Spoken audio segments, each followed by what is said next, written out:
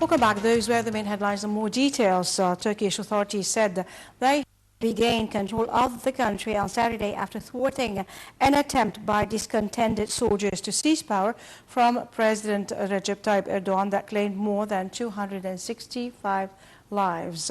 Erdogan urged Turks to remain on the streets, warning against a new flare-up after the most dramatic challenge to his 13 years of dominant rules. Details.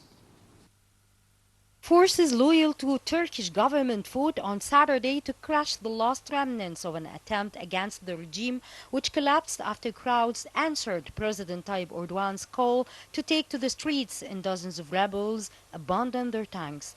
More than 265 people were killed, including many civilians. A faction of the armed forces tried to seize power using tanks and attack helicopters. Turkish Prime Minister Binali Yildirim said 2,839 plotters were detained, describing the night as a black mark on Turkish democracy, and said the perpetrators would receive every punishment they deserve. Erdogan, for his part, vowed that who responsible would pay a heavy price for those treason, and accused the plotters of trying to kick him, and launched a purge of the armed forces, which last used force to stage a successful coup more than 30 years ago, saying the parallel structure was behind the attempt. Erdogan urged his backers to stay on the street to prevent a possible flare-up of Friday's chaos in the country. Turkish authorities blamed the conspiracy on Erdogan's arch-enemy, the US-based cleric Fethullah Gulen, who denied the accusations and condemned in the strongest terms the attempt to topple the government. During a night where power was in the balance, large crowds of flag-waving supporters of Erdogan's ruling Justice and Development Party, the AKP, defied orders of a curfew and marching out onto the streets to block the attempt to overthrow the regime.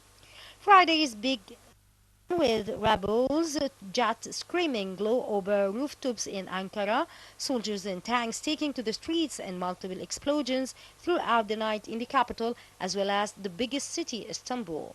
Rebels troops also moved to block the two bridges across the Bosphorus Strait in Istanbul, culminating in a standoff with an angry crowd. As protesters poured onto the streets, troops opened fire on people gathered near one of the bridges, leaving dozens wounded. Soldiers also shot at protesters, angrily denouncing the bid at Istanbul's Taksim Square, injuring several. Turkish Army forces launched airstrikes against tanks stationed by rebels outside the presidential palace in Ankara. Authorities sought to get life back to normal, with the bridges reopening to traffic and Ataturk International Airport, shut down by the plotters, gradually reopening. Turkish maritime authorities reopened the Bosphorus to transiting tankers after shutting the major trade route from the Black Sea to the Aegean several hours for security and safety reasons. Erdogan's AKP party has long had strained relations with the military, which has a history of mounting attempts to defend secularism.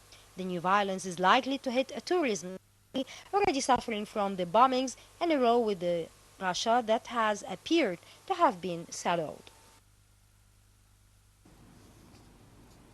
Turkish authorities on Saturday removed 2,745 judges from duty following an attempt by a military faction overnight. Broadcaster NTV reported, citing a decision by the High Council of Judges and Prosecutors, HSYK.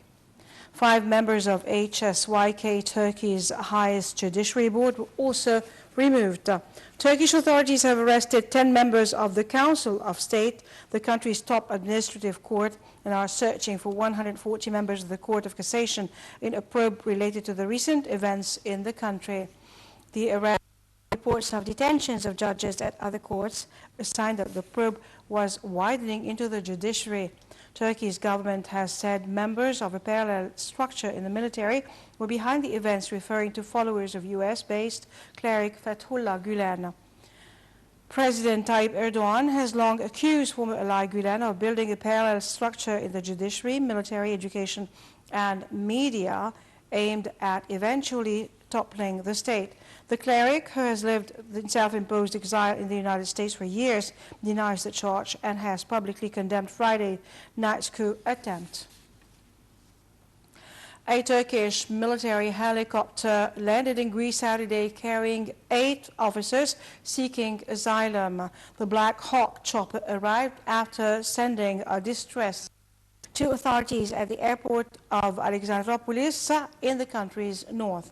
7 of those on board wear the military uniform, and all are believed to have been involved in the recent events. Athens news agency said the asylum seekers comprised 3 majors, 3 captains, and 2 sergeant majors. Turkey's Foreign Minister Mevlut Çavuşoğlu said Ankara had asked Athens to send back the 8, according to an official in the Greek National Defense General Staff. The helicopter is scheduled to be sent back immediately to Turkey.